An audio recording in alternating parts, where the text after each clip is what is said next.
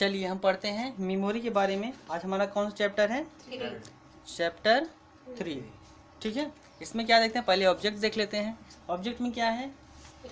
Explain types of memory. ठीक है, उसके बाद types of RAM, working RAM, memory package और उसके क्या मॉड्यूल हैं, मेमोरी अपग्रेड कैसे करें, इंस्टॉल कैसे करें, ट्रबल शूट कैसे करें। ठीक है, चलिए आइए पढ़ते हैं टाइप्स ऑफ मेमोरी। मेमोरी जो आप टाइप्स ऑफ मेमोरी, पहले तो आप जानते होंगे रैम जो सिस्टम होता है, सिस्टम में कौन कौन सी मेमोरी होती है? एक प्राइमरी होती है और एक सेकेंडरी होती है। हम यहाँ पे कौन सी मेमोरी की बात कर रहे हैं? Primary memory. प्राइमरी मेमोरी मतलब रैम और रोम। जो रैम होता है उसी को हम फर्स्ट प्रायोरिटी देते हैं, सेकंड प्रायोरिटी किसको देंगे?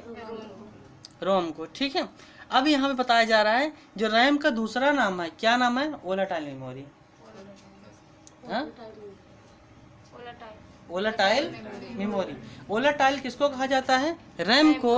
उसके बाद नॉन वोलेटाइल मेमोरी किसको कहा जाता है? रोम को। ठीक है, उसके बाद वोलेटाइल मेमोरी में स्टोरेज जो डेटा होता है ये टेम्परेरी डेटा स्टोर करता है, ये परमानेंट डेटा स्टोर नहीं करता। ठीक है, और जो नॉन वोलेटाइल मेमोरी होता है ये डेटा को परमानेंटली स्टोर करता है। कोई दिक्कत? दोनों में फर्क यही है, वोलेटाइल मेमोरी है, रैम जो होता है वोलेटाइल मेमोरी है क्योंकि इसके अंदर टेम्परेरी डेटा स्टोर होता है। जो नॉन वोलेटाइल मेमोरी है उसके अंदर परमानेंटली डेटा स्टोर होता है। ठीक है, चलिए अब देखते हैं मेमोरी। ठीक है, कौन कौन सी मेमोरी होती है? फिजिकल में अगर आप देखते हैं तो फिजिकल में कौन कौन सी मेमोरी आपको देखिए? रैंडम एक्सेस मेमोरी, ठीक है, रीड ओनली मेमोरी, उसके बाद हाइब्रिड। ठीक है, हाइब्रिड मेमोरी कौन सी होती है? एनालॉग और डिजिटल से जो मिल करके बनता है वो हाइब्रिड बनता है। ठीक है, उसके बाद आपको लॉजिकल और फ्लैश और कैश। आप सोचते होंगे जो लॉजिकल होता है, लॉजिकल मतलब वो क्या होता है? जैसे आप सिस्टम में लगा हुआ है, ठीक है, जो प्रोसेस चल रहा है, ठीक है, वो काउंट करता रहता है, मतलब ये कितने समय में हमारा प्रोसेस काउंट। जैसे आप देखते हैं ना कुछ गाना वाना कॉपी लगा देते हैं तो दिखता रहता है इतने समय में चलना है। ये कैसे पता चलता है? मेमोरी को, मेमोरी ही बताता है ना, हम इतने समय में इतना डेटा स्टोर कर लेंगे। जैसे हमारी स्पीड जितनी होगी उसके अकॉर्डिंग ना, जैसे मान चलिए अगर हमें सुल्तानपुर जाना है, एक एवरेज निकाल लेते हैं, मुझे अगर 60 की स्पीड जाएंगे 1 घंटे में पहुँच जाएंगे, अगर 30 की स्पीड जाएंगे 2 घंटे पहुँच जाएंगे। ठीक है, ये कैसे पता चल रहा है हमें? हमारे दिमाग की जो मेमोरी है, ठीक है, अब दिमाग में कौन सी मेमोरी लगती है? Cache memory. ठीक है, और फ्लैश मेमोरी क्या होता है? जैसे कुछ डेटा वाटा फ्लैश करना हो, जैसे फ्लैश में कुछ ओएस इस तरीके से रखे जाते हैं। जैसे मान चलिए आपको जो टीवी है, आप देखते हैं ना कभी कभी टीवी सही चित्र नहीं आता, ये होता है, उसको क्या करते हैं? रोम को फ्लैश करके दोबारा से इसके अंदर डेटा को इंस्टॉल कर देते हैं। ठीक है, डेटा को फ्लैश करेंगे तभी तो होगा। उसके बाद वर्चुअल मेमोरी। वर्चुअल मेमोरी का मतलब क्या होता है? जैसे कभी कभी आपने सुना होगा हमारे सिस्टम में रैम 32 GB का है। ठीक है, मान चलिए हमारी 4 GB का रैम लगा हुआ था, हमारे पास इतना बजट नहीं है कि हम इसको 32 GB लगवा सकें। ठीक है, वहाँ पे हम वर्चुअल मेमोरी का इस्तेमाल कर सकते हैं। वर्चुअल मेमोरी का है तो जो आपका पेन ड्राइव होता है ना, हम पेन ड्राइव को वर्चुअल बना करके ये रैम के साथ इनबिल्ड करवा देंगे तो वो भी रैम में दिखने लगेगा। ठीक है, ये देखेंगे जब हम सॉफ्टवेयर पढ़ने लगेंगे फिर देखेंगे तो रैम को हम वर्चुअल मेमोरी कैसे बनाते हैं, पेन ड्राइव को वर्चुअल मेमोरी कैसे बनाते हैं और रैम के साथ इनबिल्ड कर देंगे। ठीक है, जैसे 5 GB अगर हार्ड डिस्क की बात करें, अगर हमारे पास एक सिस्टम में एक हार्ड डिस्क है, अगर हम 10 सिस्टम चलाना चाहें तो एक ही हार्ड डिस्क से 10 सिस्टम ऑपरेट कर देंगे और सब पे 500 GB शो करेगा। मतलब इस तरीके से 5000 GB हमें खरीदने की जरूरत नहीं है। कोई दिक्कत? अगला क्या है आपका? लॉजिकल तो बता दिए हैं आपको। ये क्या करता है? लॉजिक वाला मेमोरी होता है, जैसे कोई गतिज चीज़ें हैं उसको काउंट करता है। जैसे हमारे हार्ड डिस्क लगा हुआ है, वो हार्ड डिस्क जो घूमता रहता है ना उसको काउंट करता है कितने RPM पे घूम रहा है। जो पंखा लगा हुआ है वो कितने RPM घूम रहा है। ये तमाम सारी चीज़ें किससे पता चलता है? लॉजिकल मेमोरी से। चलिए नेक्स्ट बढ़ते हैं। Types of RAM. रैम कितने तरीके का होता है? 2 तरीके का होता है। कौन कौन से? एक स्टैटिक होता है, दूसरा डायनेमिक होता है। जो स्टैटिक रैम होता है उसे यस रैम बोला जाता है। ठीक है, उसके बाद डायनेमिक वाले को डी रैम। आज समय में कौन सा रैम इस्तेमाल हो रहा है? डायनेमिक इस्तेमाल हो रहा है, स्टैटिक वाला सिस्टम खत्म हो चुका है। जो डायनेमिक होता है ये डुअल डेटा रीड होता था, और जो यस रैम होता था सिंगल डेटा रीड होता था। ठीक है, कोई दिक्कत? आगे बढ़े, चलिए।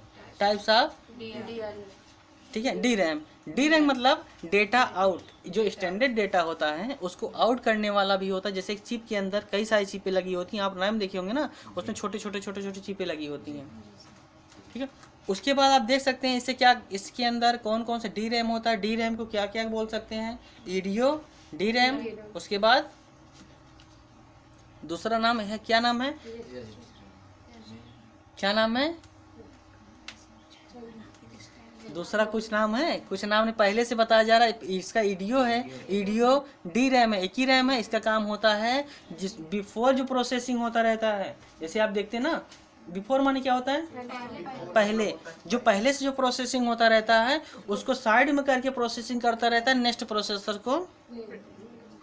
जैसे ये प्रोसेस कंप्लीट हुआ, अगला प्रोसेस ऑटोमेटिक लग गया। जैसे आप 2-4 गाने लगा दिए, एक गाना खत्म हुआ नहीं, दूसरा ऑटोमेटिक प्ले हो गया, मतलब एक सीक्वेंस बेस पे जुड़ जाता है। ये कौन सा रैम काम करता है?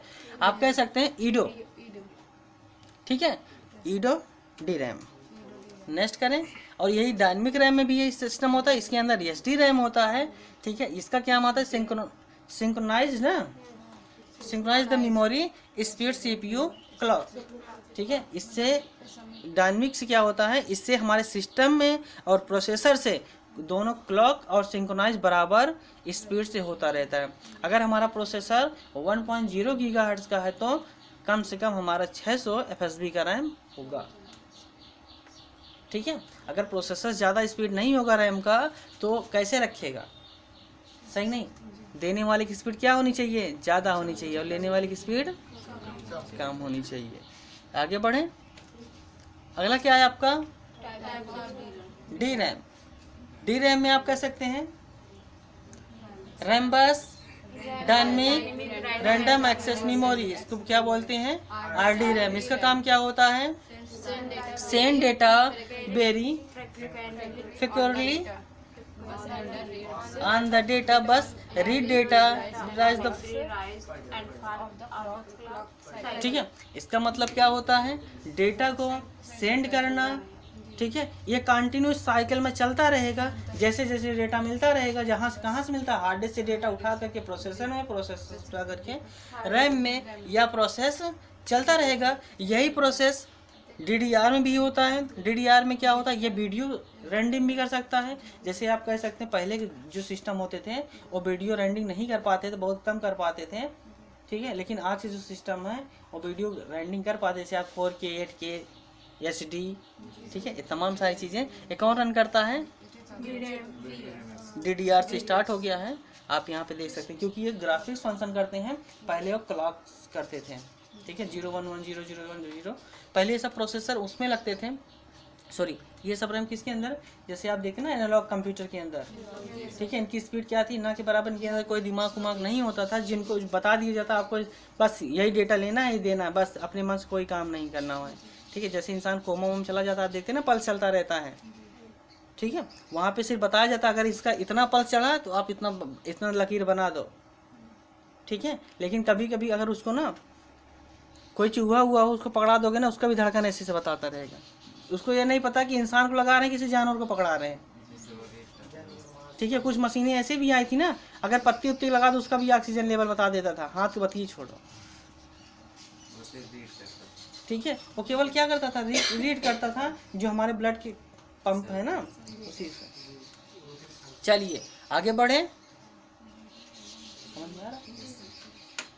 अगला क्या है? Working of.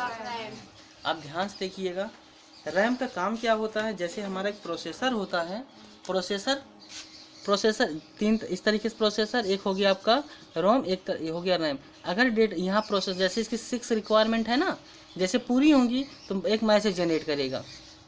ठीक है, यहाँ से एक मैसेज जनरेट कर, किसके लिए? कौन सा मैसेज? Read signal. ठीक है, रीड सिग्नल भेजेगा। रीड में क्या होगा? जो प्रोसेसर के जो रोम के पास डेटा होगा, ये डेटा किसको देगा? प्रोसेसर को। इस डेटा को कौन सा डेटा बोलते हैं? बायोस बोल सकते हैं ना, बायोस डेटा बोल सकते हैं ना। तो बायोस डेटा कहाँ जाएगा? प्रोसेसर। और प्रोसेसर के अंदर तब तक स्टोर करता रहेगा जब तक इसकी कैश मेमोरी फुल नहीं हो जाती। जब इसका कैश मेमोरी फुल हो जाएगा फिर ये डेटा कहाँ ला के रख देगा? रैम में। ठीक है, ये तब तक प्रोसेस चलता रहेगा जब तक रोम का सारा डेटा रैम में नहीं आ जाता ना। वही यहाँ पे काम हो रहा है। अब पहले डेटा क्या किया? प्रोसेसर के थ्रू, ठीक है, करंट डेटा कहाँ पहुँचा? रैम के अंदर। किसके थ्रू? प्रोसेसर के। अब क्या होगा? नेक्स्ट स्टेप में रैम से डेटा को क्या होगा? फॉरवर्ड होगा। ठीक है, अब अगले प्रोसेस में देखते हैं।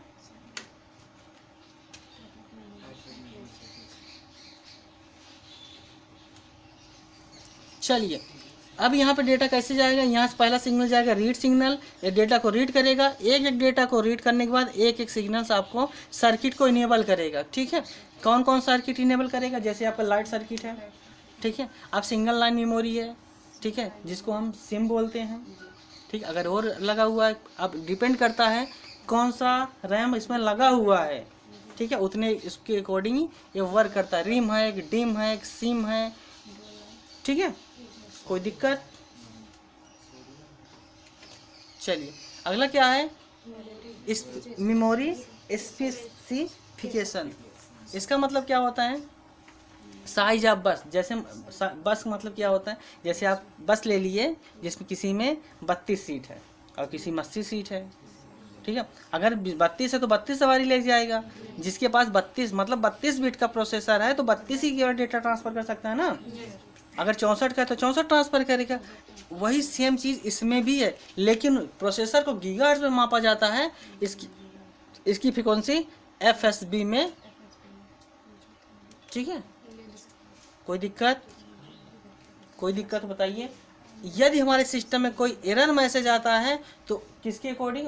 मेमोरी को ब्लॉक कर देता है। ध्यान दीजिएगा, अगर रैम के अंदर कोई फॉल्ट होगा तब भी डिस्प्ले आने वाला नहीं है। अगर डिस्प्ले आ भी जा रहा है तो बीच में डंप मेमोरी या ब्लू स्क्रीन एरर आपको सामने आ जाएगा।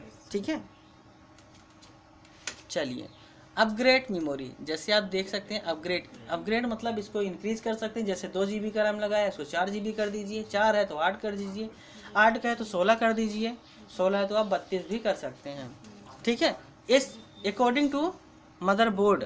अगर मदरबोर्ड सपोर्टेड है तब न पता लगा आप DDR2 का है, DDR2 का बोर्ड इस्तेमाल कर रहा है, 4 GB रैम ढूंढ रहे हैं तो पता लगा 4 GB का रैम आता ही नहीं। DDR2 में 4 GB का रैम नहीं आता, आपको 2 GB अलग अलग लगाने पड़ेंगे क्योंकि उसमें 2 स्लॉट होते हैं। एक 2 GB का लगा दीजिए, एक दूसरा 2 GB का लगा दीजिए, तो कितने हो गए? 4 हो गए।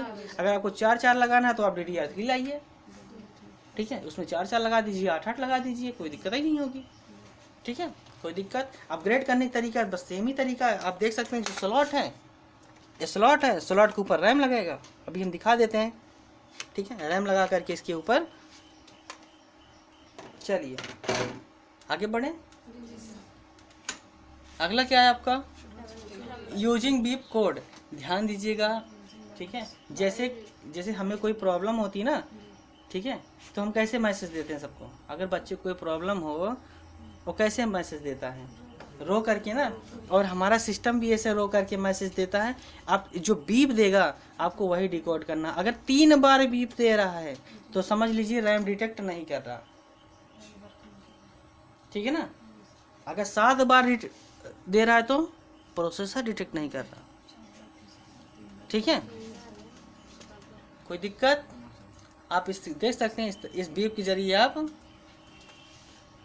आप रैम को निकाल करके चेंज कर दीजिएगा। उसके बाद इसमें आप समरी लिख सकते हैं। ठीक है, समरी में क्या क्या है, रैम को क्या कहा जाता है, नॉन वोलेटाइल मेमोरी।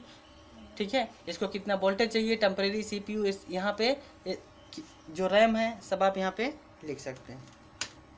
चलिए, समरी 2, उसके बाद समरी 3, समरी 4 नेक्स्ट।